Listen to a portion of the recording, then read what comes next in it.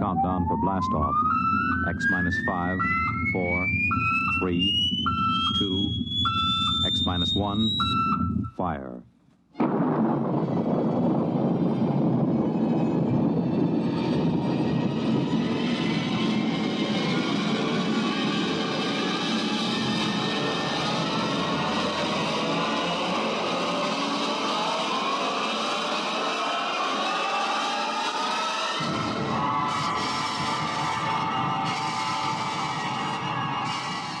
From the far horizons of the unknown come transcribed tales of new dimensions in time and space.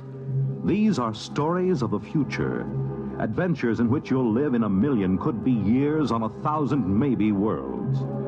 The National Broadcasting Company presents X minus 1.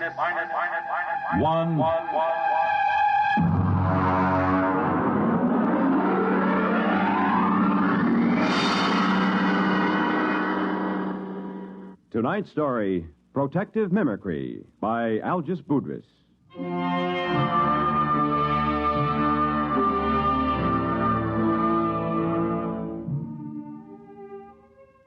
Frankly, I think I'll probably have to take my expense account clear up to the Central Gallic Civil Service Board.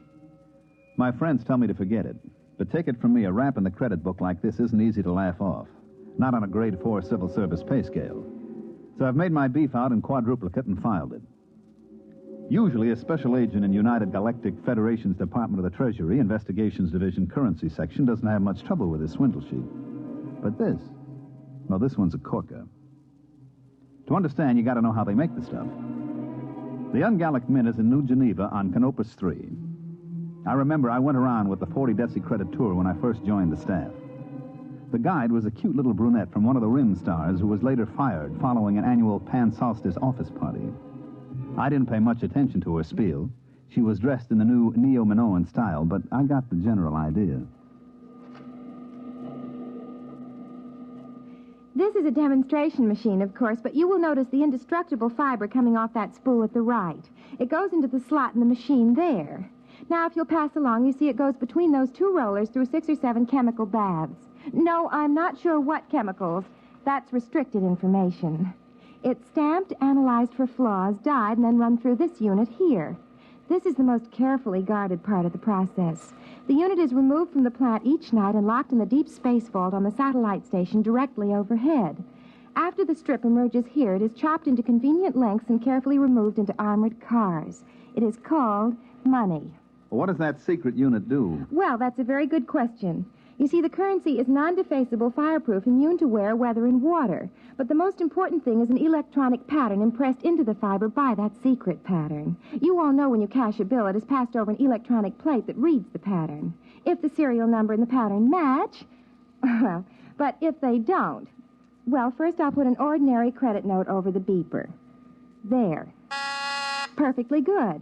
Now, a simulated counterfeit bill without the electronic pattern. Well, now, that wouldn't fool anybody long, would it? Could anybody duplicate that electronic pattern? Well, that's a very good question. Only the government has the equipment to put that in. Your currency is safe and sound. Don't you worry about that. Are there any more questions? Yeah. How about a drink after the tour? Well, Oh, that's a very good question.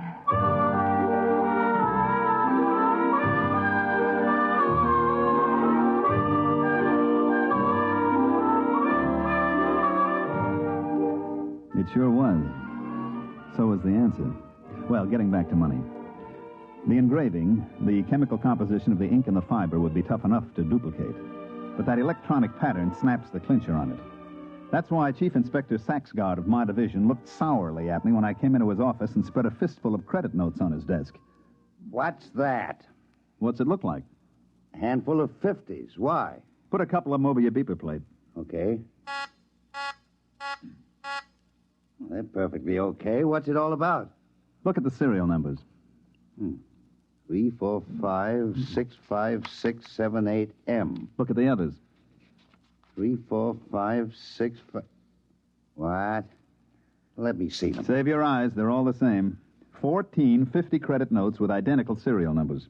That's impossible. And every one of them goes over a beeper plate quiet as a sophomore climbing into a dormitory window after hours. Baumholzer, where did you get these? They came into the New York Clearinghouse from a branch on Deneb 11. The manager blew his top. He called us the minute he spotted them and sent them out to us. How about the manager? Is he blabbing all over the Bankers Club about it? I read the Un-Gallic Riot Act to him. He'll keep it under his hat. Good. At least we won't have any financial panics for a while. Have you checked these through the lab? Well, the ink and paper is government stock, and they match government beepers. The lab plates didn't squawk any more than yours did. Now, you could spend these anywhere as long as you only pass them one at a time. Baumholzer, you know, since the beeper plate came in, we've been sitting on our tails in this department, building up our pensions. No, I wouldn't say that. Neither would I outside this office. But you know darn well nobody can expect to counterfeit a bill and get away with it. It's only because throughout the universe there's a certain percentage of people who will try anything once, and a corresponding percentage of purblind idiots who will accept anything with engraving on it as money that we're here at all. Now, I've seen cigar coupons and crayon sketches come into this office. I've seen premium offers from household magazines, jet bus transfers, where some people would try to pick a Yale lock with a quarter pound of butter. Now, the only reason any queer can pass is because some goggle-eyed nudnik neglects to use his beeper plate. But I worry. For 15 years, I've sat in this stinking office and waited for somebody to invent a matter duplicator. Well, it looks like you can stop worrying. Look at those bills, identical down to the whiskey stain in the corner. All right, Baumholzer, you call transportation and get out to Deneb 11 and find out if anybody in that neighborhood has a matter duplicator, or if he hasn't, what he has got.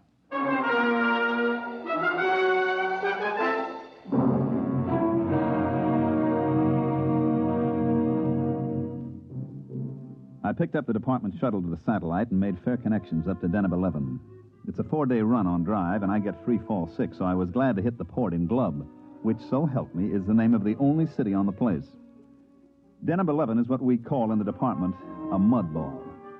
It's a jungle world with an atmosphere like a swatch of Harris tweed. I was smoking a cigarette when I got off the shuttle, and the air I pulled in made the smoke taste like well-decayed leaf mold. I was wringing wet 2 minutes after I left the air-conditioned port. I noticed the local costume would get you arrested on any beach in the galaxy, but it didn't matter since there's nothing titillating about pasty skin dripping with weary perspiration. I checked in with the regional office and found the resident agent tinkering with his air conditioner.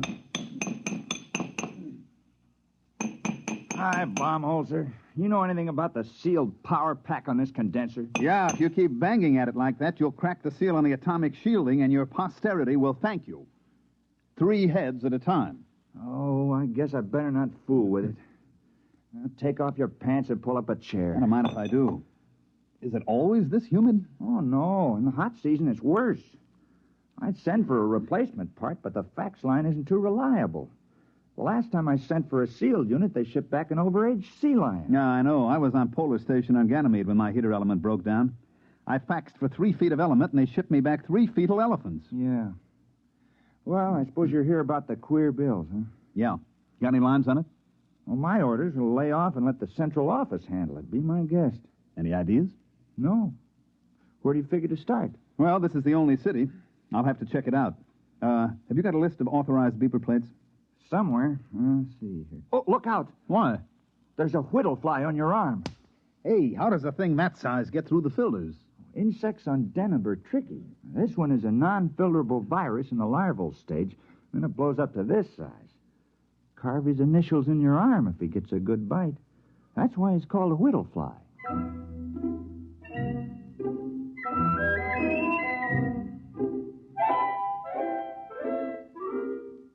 The whittle fly was only one of the darlings that made the fair city of Glub a garden spot.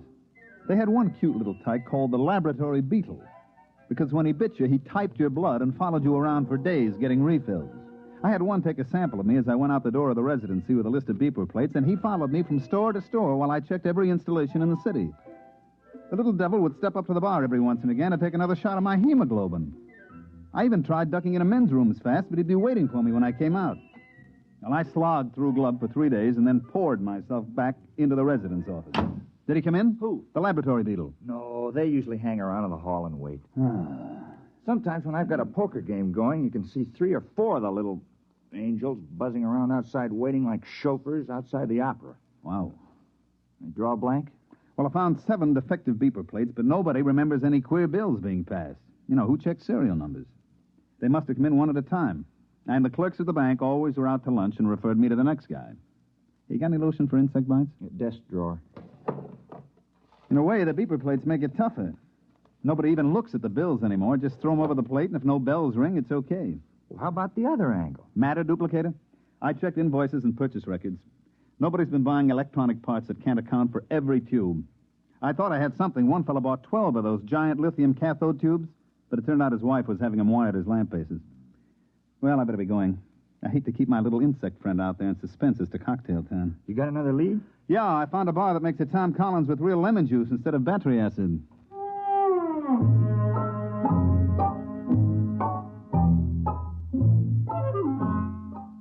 I managed to duck my lab beetle in a revolving door. He went around twice and shot out into the street, so I settled down at a table at the bar and tried to make believe that I couldn't taste Den of 11 atmosphere in my Tom Collins. I was chewing on an ice cube when I looked up. Mr. Baumholzer, That's right. I want to talk to you about money.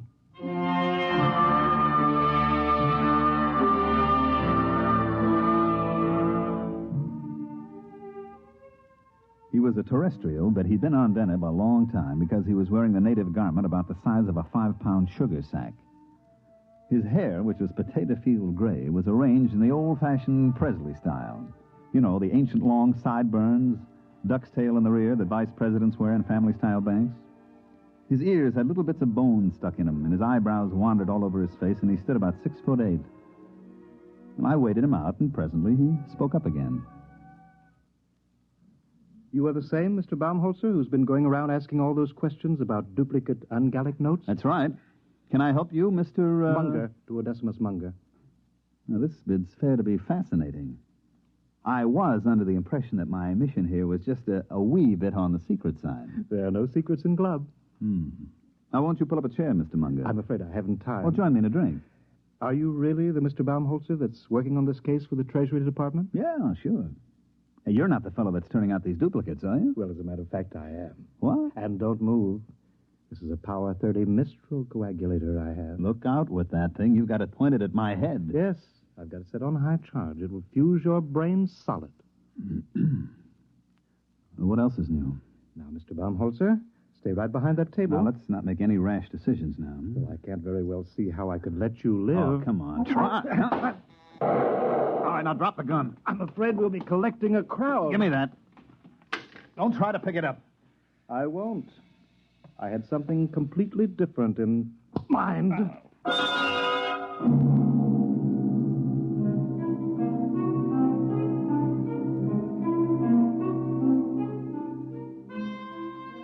Just like in those ancient legends the archaeologists keep digging up, the ones with the hard-boiled detective and the beautiful blonde, I felt the traditional roof fall in on the back of my head. As I went black, I remember thinking how odd it was that it was happening to me some 500 years after Spillane the Scrivener. I came to in the same archaic fashion with my head going around in a free orbit around my neck. Baumholzer, are you all right? I can't see. I'm blind. Everything's black. Well, open your eyes. Oh. Where is he? Who? The guy who slugged me. What am I doing back at your office? Oh, some bartender brought you in. I thought you passed out from too much lemon juice. There was a guy named Munger. Which way did he go? Reach me, Munger? Tall feller in native dress? Yeah. Oh, well, you might as well forget about it. Why? Well, I can order a pickup on him the next time he's in town. They'll sock him away in a psycho ward for a while.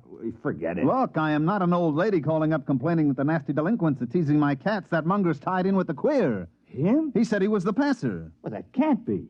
Munger. You got a file on him? Yeah. I get a number of complaints on him, so do the local cops. Well, I didn't want to make trouble. He's a very wealthy man. I'll bet. What does he do? Well, he's a merchant or something at a native village. Once or twice a year he comes out and paints the town, but a counterfeiter? I would like to talk to him again with the Mistral in my hand. He had a Mistral? Well, that's a violation of a municipal ordinance. You're supposed to check him at the quarantine. Look, I'm not investigating parking tickets and violations of the anti-noise laws. This is a counterfeiting case. Now, do you know where I can find him? Well, he's probably gone back to his village. Where's that? Out in the jungle. All right, get out your rubbers, friend. We're going out after him. Suppose you fill your bathtub full of mud, build a fire under it, turn on the shower, and crawl in and wallow a little. Do that, and you've got a fair idea of the Denebian jungle. I went out with Hall, the resident agent, and we started off. Stick close, Baumholzer. Visibility is about 10 feet. I'll eat everything I can see within 10 feet. Ow! What happened? I walked into a tree. Help me up out of the mud.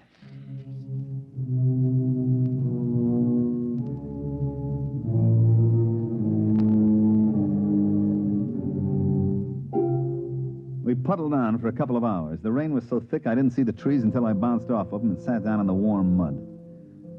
I reflected as I struggled to my feet what a terrible waste.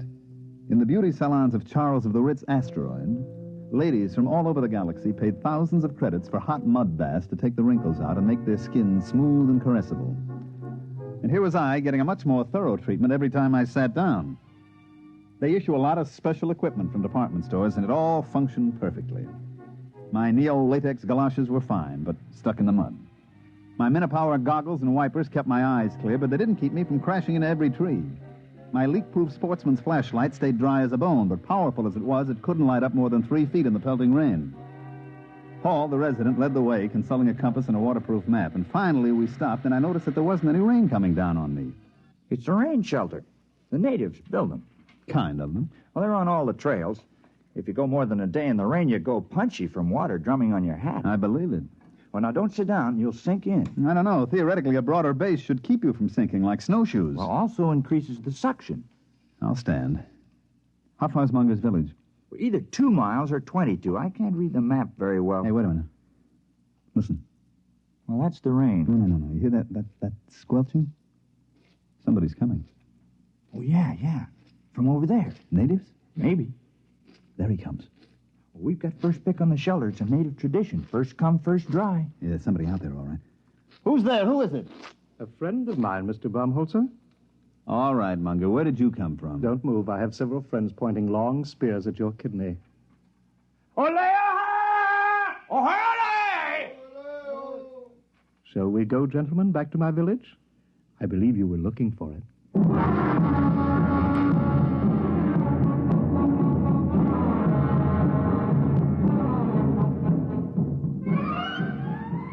Munger was so intent on me that he didn't seem to notice as Hall sidled off into the darkness, and when he did, he set up a desperate cackle. He had a few of his fraternity brothers chase down the trail with spears waving wildly, but they came back murmuring some kind of a Choctaw, which seemed to carry the implication that Hall had gotten away like a big-bottomed turtle.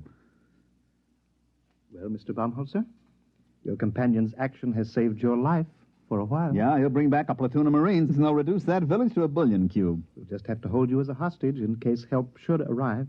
Thanks. At any rate, shall we get back to the village?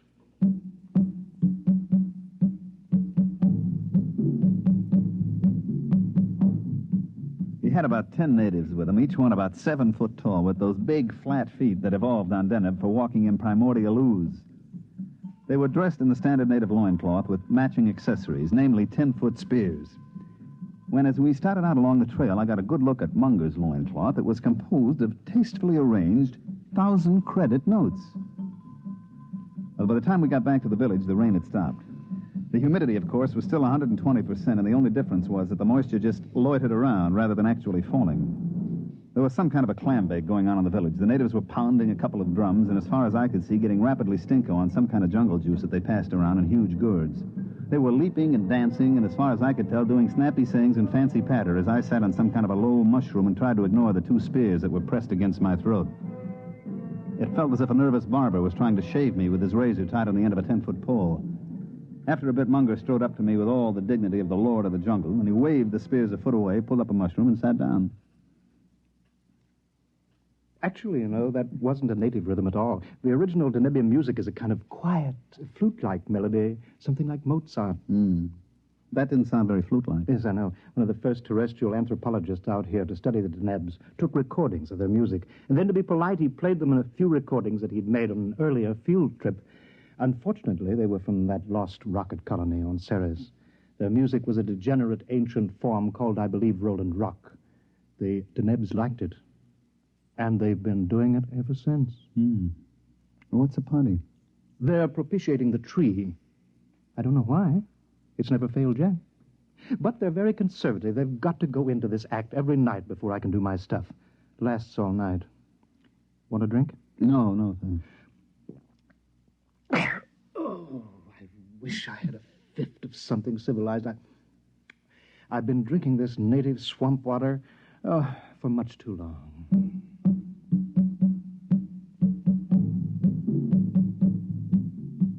He was right. They kept it up all night, and I sat trying to figure out in which hut Munger kept his machinery to make those duplicate bills. Finally, the weak light that passes for dawn on Deneb came up, and the natives quit hollering. Let's go, Bonanza. I hate to keep a man in suspense. You're curious about those duplicate bills. Well, now you're going to find out how it's done. Well, it's good of you to show me. I suppose your theory is that I'll never live to tell about it. That's very sensible of you. I like a man who can face facts.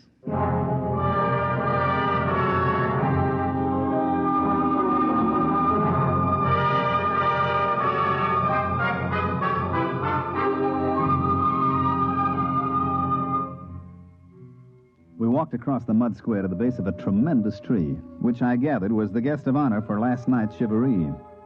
I still couldn't see the connection, but I was willing to wait. The natives sat around in a deathly hush, and Munger and I stepped forward. You notice? Nothing up my sleeves. As a matter of fact, no sleeves. And not much arm, either. Now, I take this 50-credit note. Care to examine it? Oh, I've seen it, and 14 others like it. Yes, I only use a 1,000-credit bill when the natives need new loincloths. These 50s are a lot easier to dispose of. Oh, I don't know. I traced them to you. But that was a mistake. One of my contacts got a little greedy, spent too many bills in one place. All right. Now, I used to have the natives make a loud noise, but I'll use your gun instead here. You see, I take this bill, fold it, so, and so, and so, and there. What are you making a paper plane for? Just watch. I raise the note in one hand, I aim at the tree, and I fire your gun up in the air. Like this.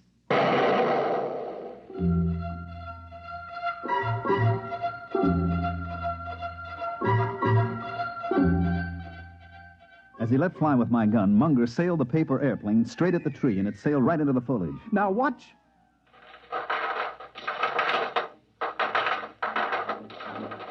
The bill came sailing back out of the leaves, and right behind it came another one. And then the air was filled with paper planes. Squadrons, wings, armadas of paper airplanes, each one made up of a folded 50-credit note. They sailed out over the whole village, and Munger set the natives to collecting them and bringing them back. There you are. There'll be several thousands of them. Look, look, look, look, look, look, look. Genuine. Absolutely genuine. And I suppose they'd go over a beeper plate without a tinkle. Startling, isn't it? Protective mimicry. Yes, precisely.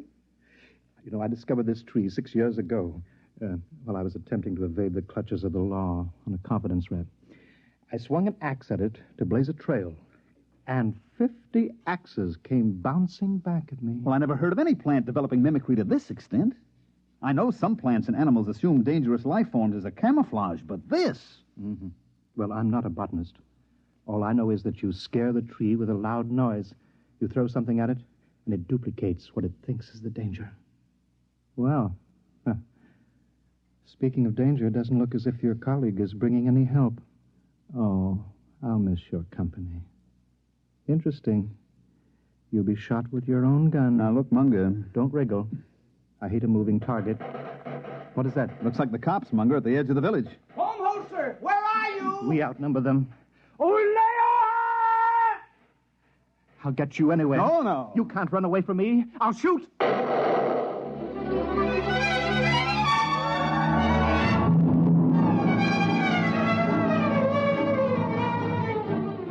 I broke for the other side of the square, and just as he shot at me, I tripped over a pot and went flying smack into the tree. Well, that's about it. Here we sit in the spaceport on Deneb 11, and I'm darned if I'll pay our transportation back until I hear that the office is going to okay my expense account. Munger? Oh, he's in jail at New Alcatraz. Once he missed a shot at me, it was all over. After I fell into the tree, he didn't stand a chance against us. That's right. Us. All 168 of me. Right, Ed? Right.